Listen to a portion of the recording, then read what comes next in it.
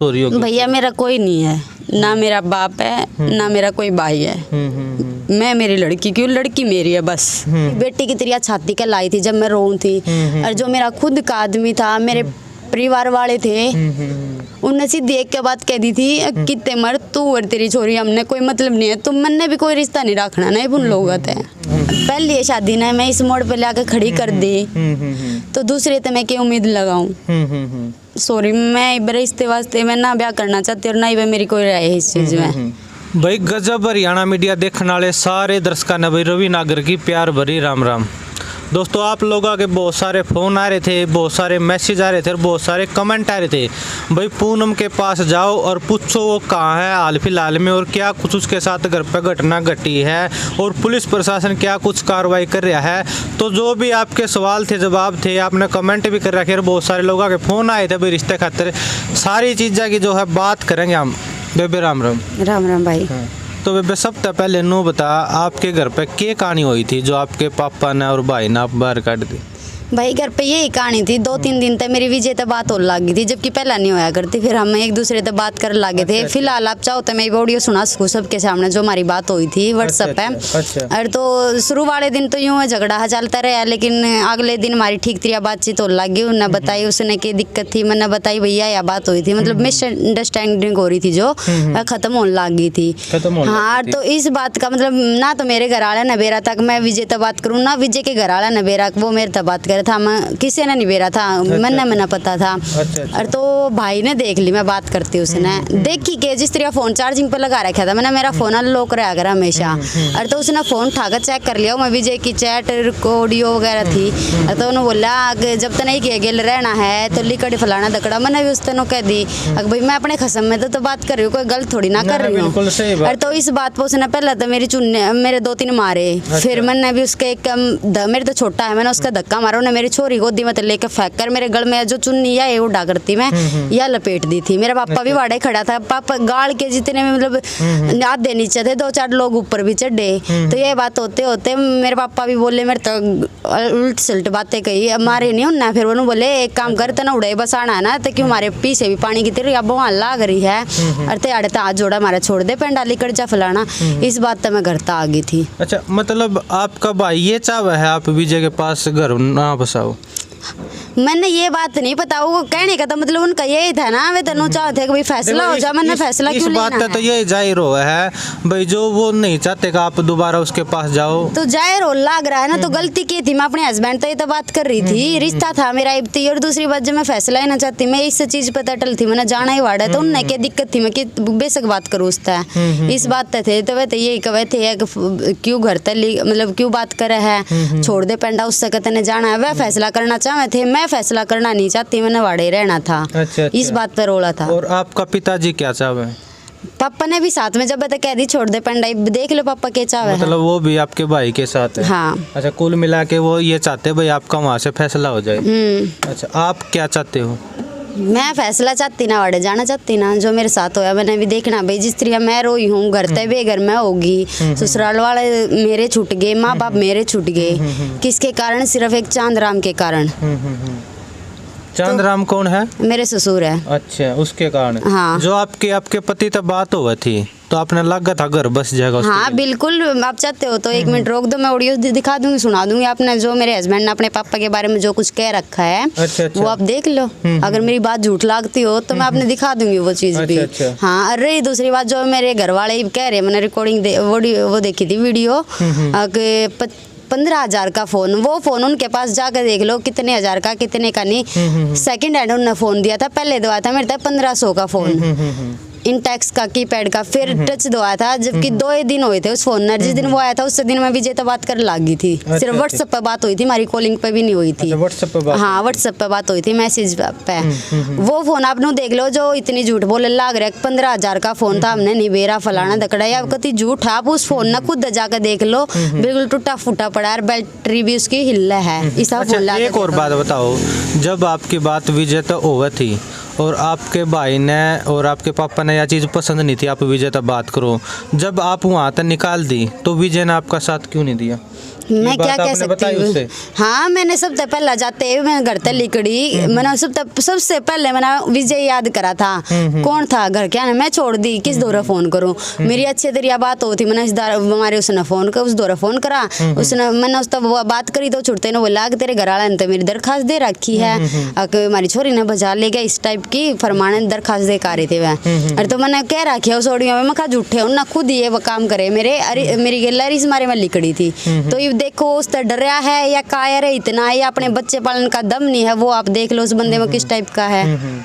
लेकिन अब आप आने वाले टाइम में क्या करोगी? अपना घर बसाओगी उसके साथ या छोड़ दोगे?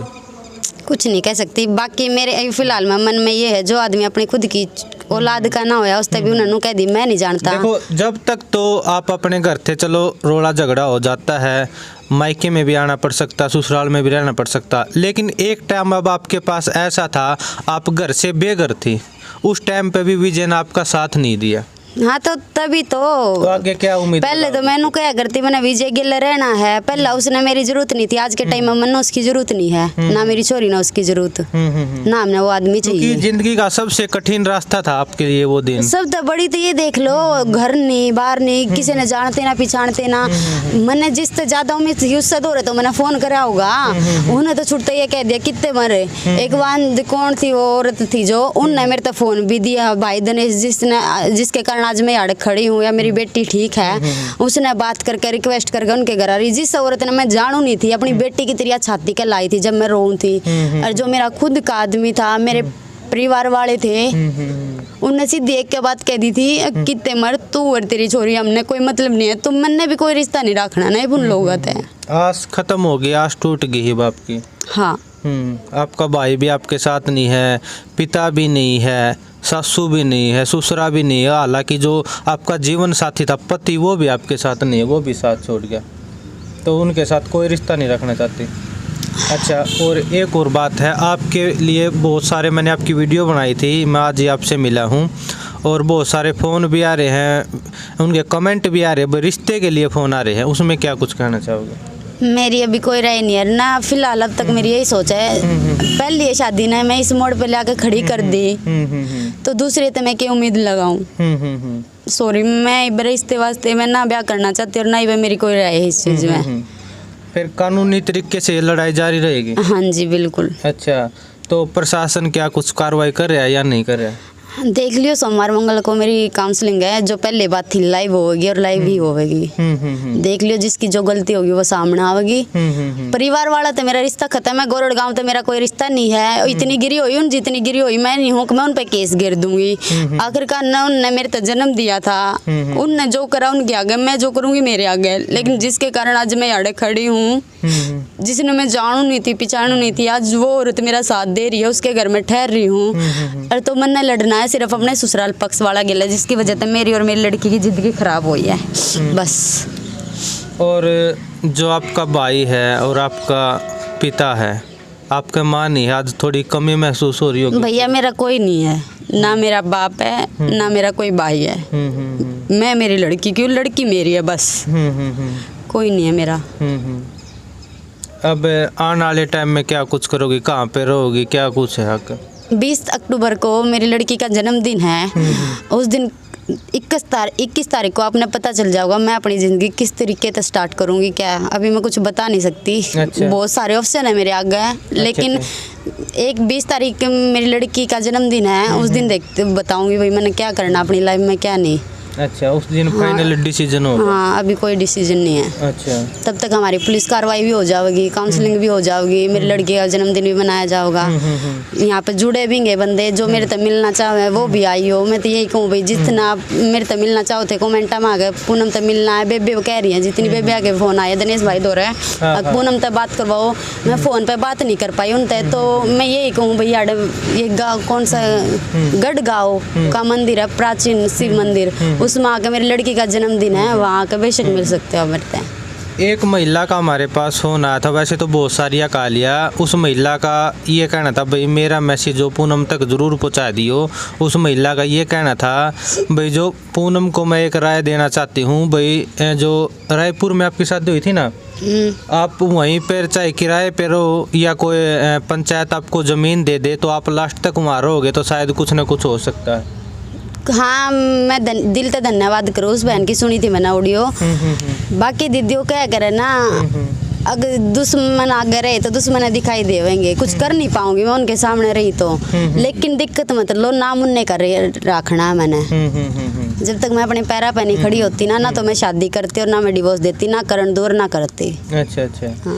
एक जो इंडियन आर्मी से कश्मीर से मेरे पास फोन आया था आपके लिए, वो आपको ये कह रहा था भाई मैं इस लड़की को हर महीने 15,000 रुपये दे सकता हूँ अगर ये अपनी लड़ाई लड़े तो। हाँ, मैं अपनी लड़ाई लड़ रही हूँ, कानूनी तरीके से भी लड़ूंगी और सामाजिक तरीके से भी। मेरे में कमी नहीं है। अब तो 100 कह रहे हैं, मेरे घर वाले भी काट रहे, ससुराल वाले भी काट रहे हैं, लेकिन फिलहाल मेरे द्वारा कुछ ही से प्रूफ हैं जो मैं वायरल नहीं करवा सकती। लेकिन इसीलिए मैं लाइव काउंसलिंग रखवा रही हूँ कि भाई काउंसलिंग लाइव होनी चाहिए, सब ने पता चल जाएगा। लेकिन मैं अपनी लड़ाई में लड़ती रहूँगी, वो तो गाली भी मिल लेंगी, सो है आम बात है। तो अगर कोई लड़की अपने हक की लड़ाई लड़ा घर के भी लात मार दे और फलाने, जब उस पर सारे नाम टिके हैं, पर मैंने ऐसा कुछ गलत काम मैं नहीं करा तो मैं क्यों किसी की सुनूं।